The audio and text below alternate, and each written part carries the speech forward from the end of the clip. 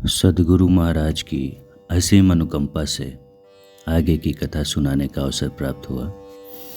जय जय श्री राधे श्याम। महर्षि सांडिल्य हिमालय की गोद में बैठकर तपस्या कर रहे थे।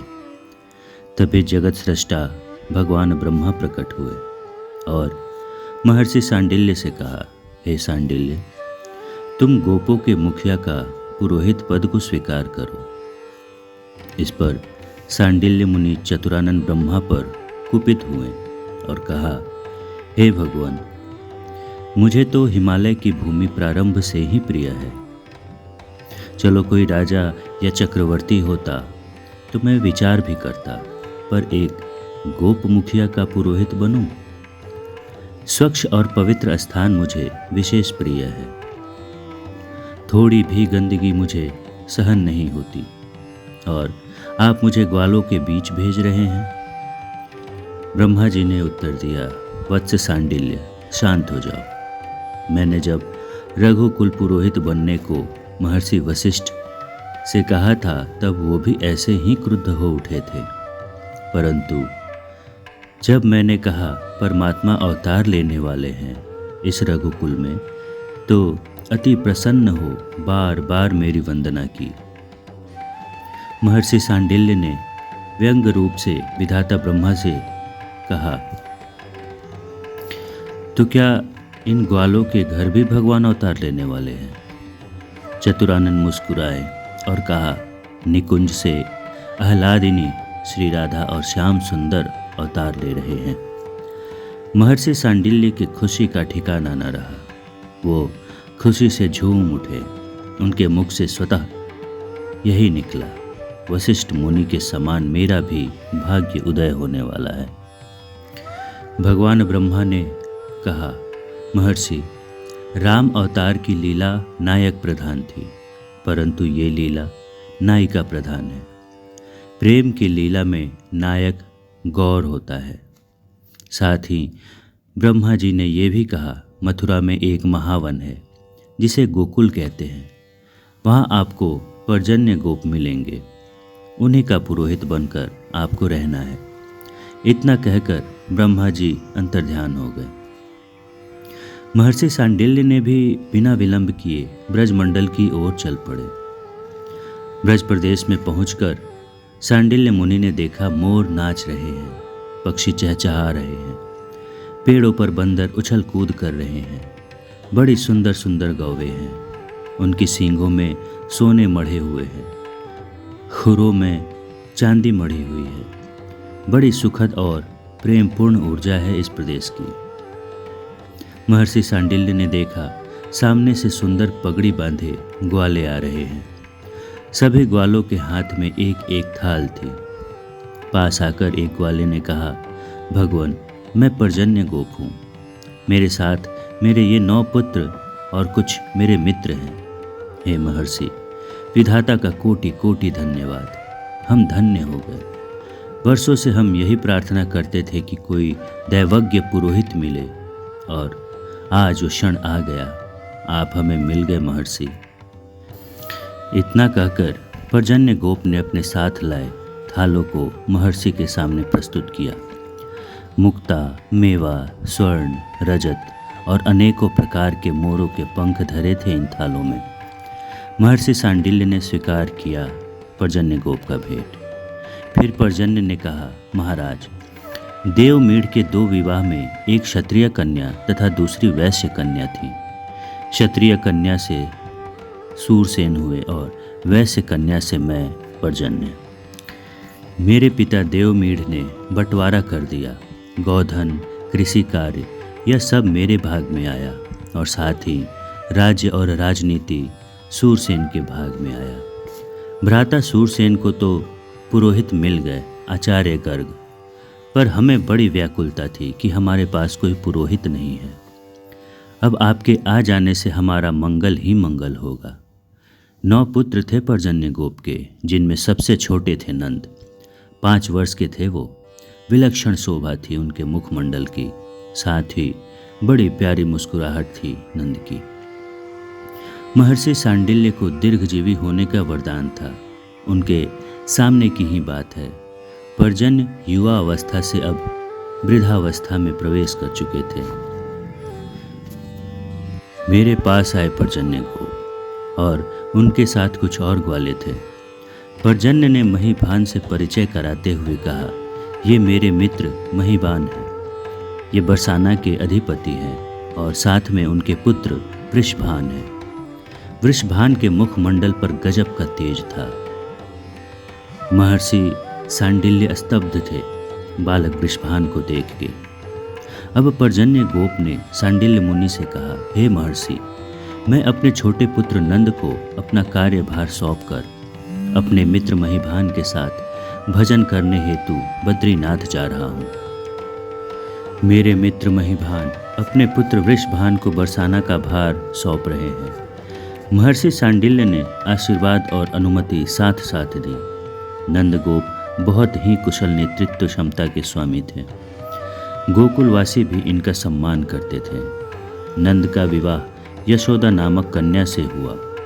ये स्वभाव से बहुत भोली तथा अतिथि सेवा में बड़ा आनंद पाती थी। नंद राय को जिस दिन पगड़ी पहनाई गई, राजा सूरसेन के साथ वसुदेव भी आए, महीभान के साथ वृषभान भी पधारे थे। नंद राय को पगड़ी पहनाया पर्जन्य गोप ने। यशोदा अब ब्रज रानी हो गई। वृषभान के साथ आई कीर्ति रानी ने यशोदा को गले लगाया। कुछ समय व्यतीत होने के बाद नंद राय और यशोदा प्रसन्नतापूर्वक महर्षि सांडिल्य के पास पहुँचे। महर्षि सांडिल्य को प्रणाम किया। उन्होंने दोनों दंपति से पूछा, आपकी प्रसन्नता का कारण क्या है? उन्होंने बताया, हे महर्षि, बरसाना के अधिपति और मेरे मित्र वृषभान के यहाँ एक सुंदर बालक का जन्म हुआ है।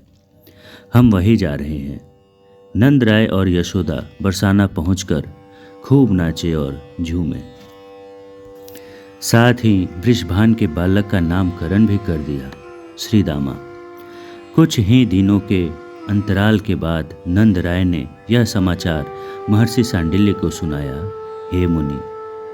हे मुनि श्रेष्ठ, मैं पिता बनने वाला हूँ।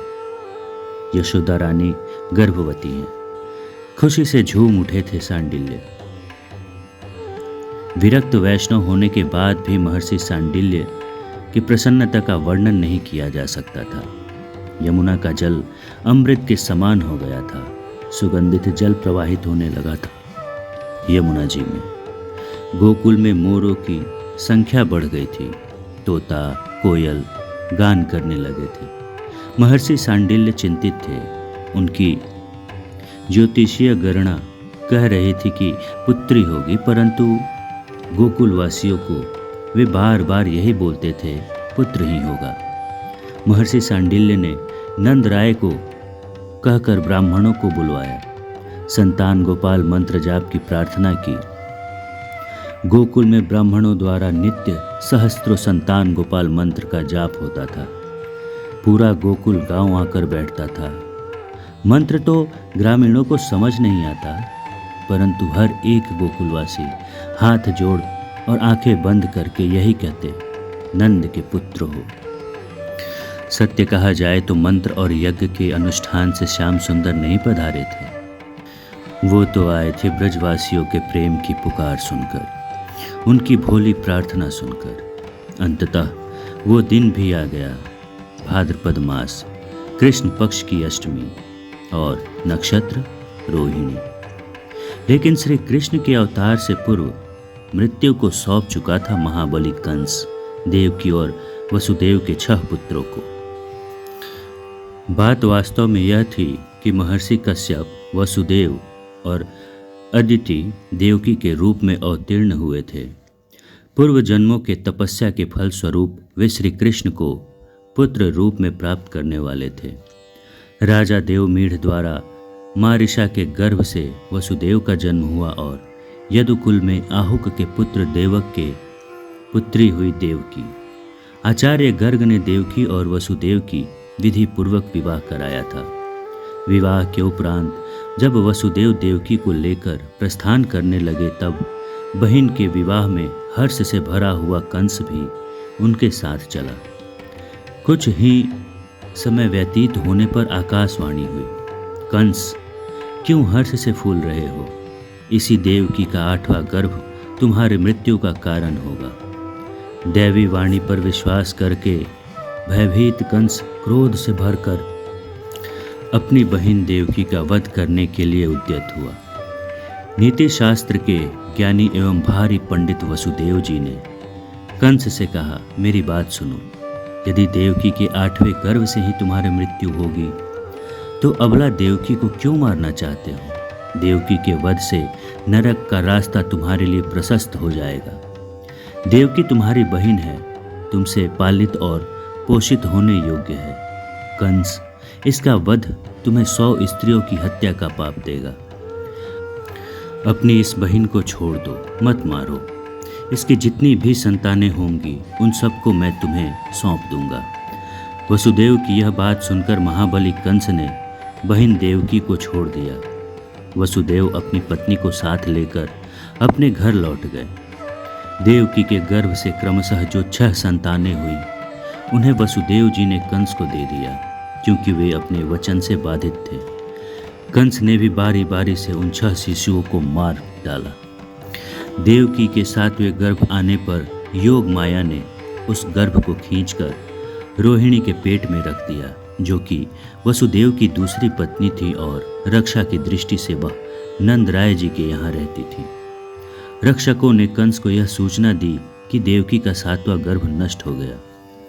उसी गर्भ से अनंत प्रकट हुए, जो संकर्षण बलराम के नाम से प्रसिद्ध हुए। कुछ काल के पश्चात देवकी का 8वां गर्भ प्रकट हुआ। नारियों में श्रेष्ठ देवकी रूपवती तो थी ही। श्री कृष्ण के द्वारा 9वें मास के व्यतीत हो जाने के बाद देवकी पर दृष्टिपात करने से उनका सौंदर्य 4 गुना बढ़ गया। कंस ने देखा देवकी का मुखमंडल खिल उठा है। उनका तेज देवकी को योग माया के समान बना रहा है, जो 10 दिशाओं को प्रकाशित कर रही है। कंस को यह आभास हो गया कि देवकी के इस गर्भ से जो संतान होगी वही मेरी मृत्यु का कारण होगी। अंततः वह घड़ी आ गई। भाद्रपद मास के कृष्ण पक्ष की अष्टमी तिथि, रोहिणी नक्षत्र था। अर्धरात्रि का समय, दोपहर बीत गए। आकाश में बादल घिर गए, बिजलियां चमकने लगी।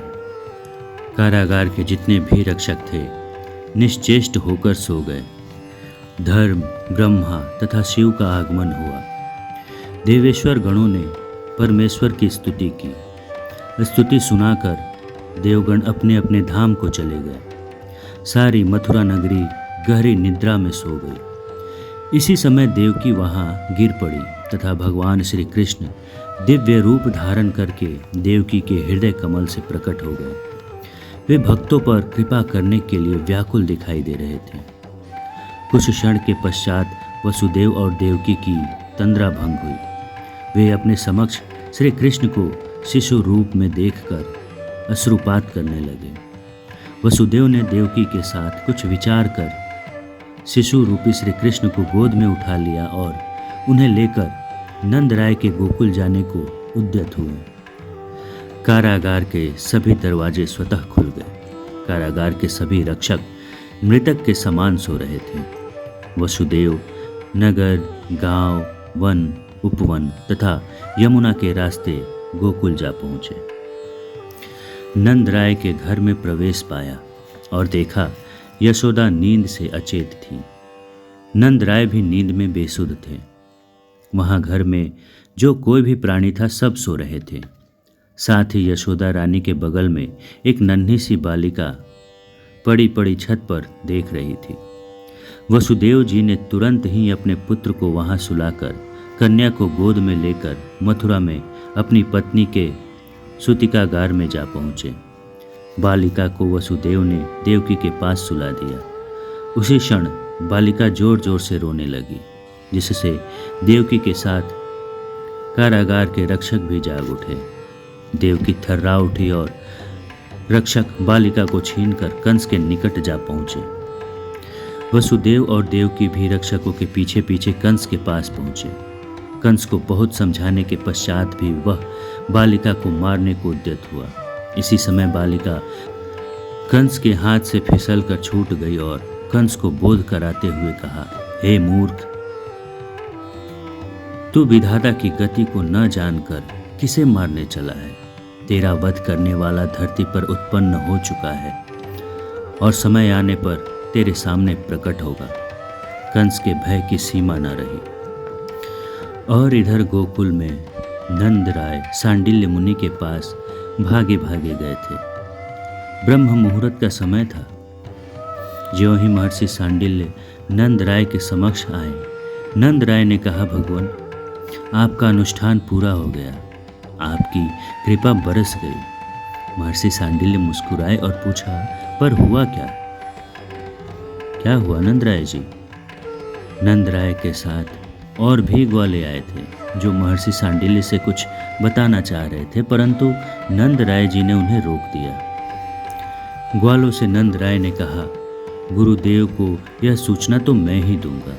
महर्षि सांडिल्य ने कहा, हाँ हाँ नंद राय जी, आप ही बोलो, परंतु बोलो तो सही, हुआ क्या?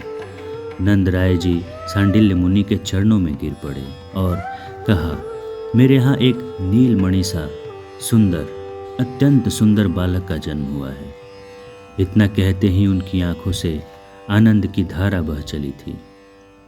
यह सूचना सुनते ही सांडिल्य मुनि भी पुलकित हो गए। उनका हृदय गदगद हो आया था। अंतरिक्ष से देवों ने पुष्प बरसाने शुरू किए। इस उत्सव का वर्णन शब्दातीत है। इस अंक में बस इतना ही। आगे की कथा हम अगले भाग में सुनेंगे। नंद के आनंद भयो, जय कन्हैया लाल की।